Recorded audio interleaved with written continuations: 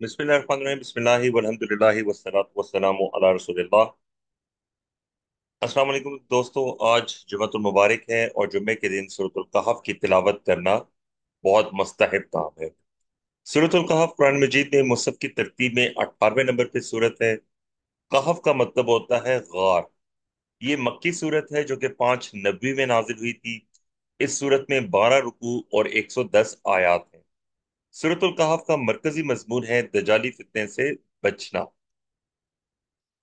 सूरतुल कहफ का जो नाम कहफ है, इसकी वजह तस्मिया ये है कि इस सूरत के अंदर असहाबे कहफ का किस्सा बयान हुआ है। इसी मुनासबत से सूरत की पहचान के लिए इसका नाम कहफ रखा गया है। कहफ इसलिए इसको कहते हैं क्योंकि इसमें कुछ चंद यंग नौजवान थे जिन्होंने अपने ईमान को बचाने के लिए गार में पनाह ली थी और कई सौ साल तक वो उस गार में सोते रहे थे। मुसलमानों को ये किस्सा इसलिए सुनाया गया ताकि उनकी हिम्मतें बुलंद हो, उन्हें मालूम हो कि अहले ईमान अपने ईमान को बचाने के लिए क्या कुछ करते रहे। यहाँ पे एक इंटरेस्टिंग बात नोट करने वाली ये है कि ये इन 5 सूरतों में से है जिनका आगाज अल्हम्दुलिल्लाह से होता है। इससे पहले सूरह फातिहा का आगाज अल्हम्दुलिल्लाह से हुआ था, फिर सूरह अनाम का आगाज हुआ, अभी सूरह कहफ है और इसके बाद सूरह सबा और सूरह फातिर, उनका आगाज भी अल्हम्दुलिल्लाह से होता है। सूरतुल कहफ के बहुत सारे फजाइल अहादीस के अंदर हैं। इसमें से चंद फजाइल हम देखते हैं। सही मुस्लिम, सुनन निसाई और अहमद वगैरह में है। हजरत अबू दरदा से हजूर अकरम सल्लल्लाहु अलैहि वसल्लम से रवायत करते हैं कि जो शख्स सूरह कहफ की इब्तदाई 10 आयात याद कर ले वो दज्जाल के फितने से महफूज रहेगा। एक दूसरी रवायत में हजरत अबू दरदा से यही मजमून सूरतुल कहफ की आखिरी 10 आयात के बारे में भी मनकूल है। हजरत सोबान रजी ताला अन्हु से मरवी है, लिहाजा इस सूरत का पहला रुकू और आखिरी रुकू हर शख्स को याद कर लेना चाहिए और रोजाना नमाज में एक बार इसको पढ़ लेना चाहिए। नमाज में मौका ना मिले तो सोते वक्त या किसी दूसरे वक्त या एक बार जरूर इस रुकू की तिलावत कर लेनी चाहिए। इसी तरह मुत्तफिका अलैह हदीस है, हजरत असीद बिन हुफैर एक बार सूरह कहफ पढ़ रहे थे, मकान में घोड़ा बंधा हुआ था। अचानक उनका घोड़ा बिदकने लगा, उन्होंने देखा कि एक बादल छाया हुआ है। उन्होंने पढ़ना मौकूफ कर दिया और हजूर अकरम सल्लल्लाहु अलैहि वसल्लम से इस वाक़े का तज़किरा किया तो आपने फरमाया, पढ़ते रहते, वो तो सकीनत थी जो कुरान की वजह से नाजिल हुई थी।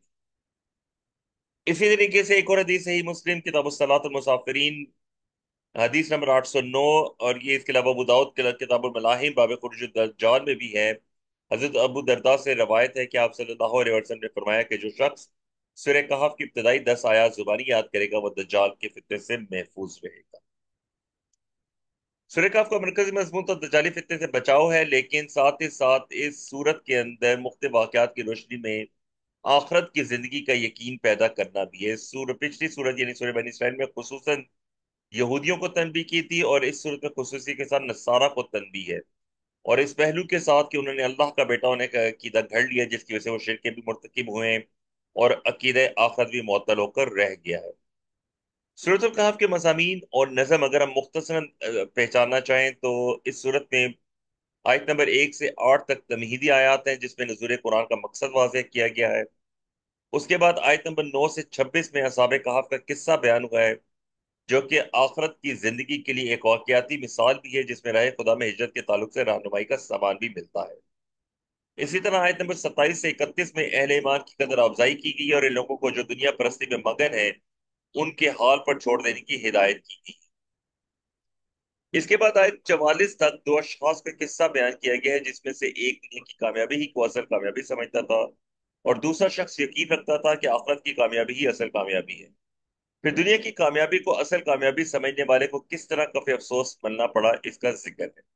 आयत 45 से 49 में दुनिया की चंद रोजा जिंदगी की बहार को एक मिसाल के जरिए वाज़ेह करते हुए क़यामत के दिन की पेशी का नक्शा खींचा गया है और नेक अमाल को नतीजा खेज और बाइस अजर करार दिया गया है।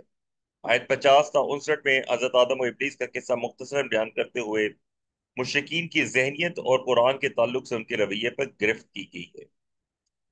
इसके बाद आयत 82 तक हजरत मूसा के सफर के वाकयात के किस्से बयान किए गए जिनमें हिकमत इलाही के बाज असरार बेनकाब किए गए जिनसे ये रहनुमाई मिलती है कि दुनिया में जो बेशुमार वाकयात पेश आते हैं उनके सिर्फ जाहिरी पहलू को देखकर कोई फैसला कुन राय कायम करना सही नहीं है। इन वाकयात के पीछे अल्लाह की हिकमतें और मसलहतें कार फरमा होती हैं جن کا علم انسان کو نہیں ہوتا اور وہ اپنے ناقص علم اور جلد بازی کی بنا پر ان کی طرف غلط توجہ کر بیٹھتا ہے۔ واقعات کا یہ پہلو کہ اس میں کیسے کیسے اسرار پوشیدہ ہے، آخرت کے تعلق سے بڑا اہم۔ اس کے بعد آیت 83 سے 101 تک ایک سوال کے جواب میں حضرت ذوالقرنین کا قصہ بیان کیا گیا ہے۔ اس قصے میں اس کے کردار کا یہ پہلو خاص طور پہ نمایاں کیا گیا ہے کہ کس طرح انہوں نے اپنے اقتدار کو خدا سے ڈرتے ہوئے اور آخرت کی جواب دہی کے احساس کے تحت استعمال کیا۔ اور آخر میں آیت 102 سے 110 میں، جو کہ خاتمہ کی آیات ہے، جن میں شرک اور انکار آخرت پر تنبیہ کی گئی۔ اللہ تبارک و تعالیٰ سے دعا ہے کہ اللہ میں قرآن پڑھنے، سمجھنے، غور کرنے، عمل کرنے، پھیلانے اور یاد کرنے کی توفیق دے۔ اگر ابھی تک آپ نے یوٹیوب چینل اسٹوڈنٹس آف قرآن مجید کو سبسکرائب نہیں کیا تو چینل کو سبسکرائب کیجیے گا، تاکہ آئندہ بھی انشاءاللہ تعالیٰ آپ تک مفید معلومات پہنچتی رہے۔ سبحانک اللہم و بحمدک، نشہد ان لا الہ الا انت، نستغفرک و نتوب الیک۔ السلام علیکم ورحمۃ اللہ وبرکاتہ۔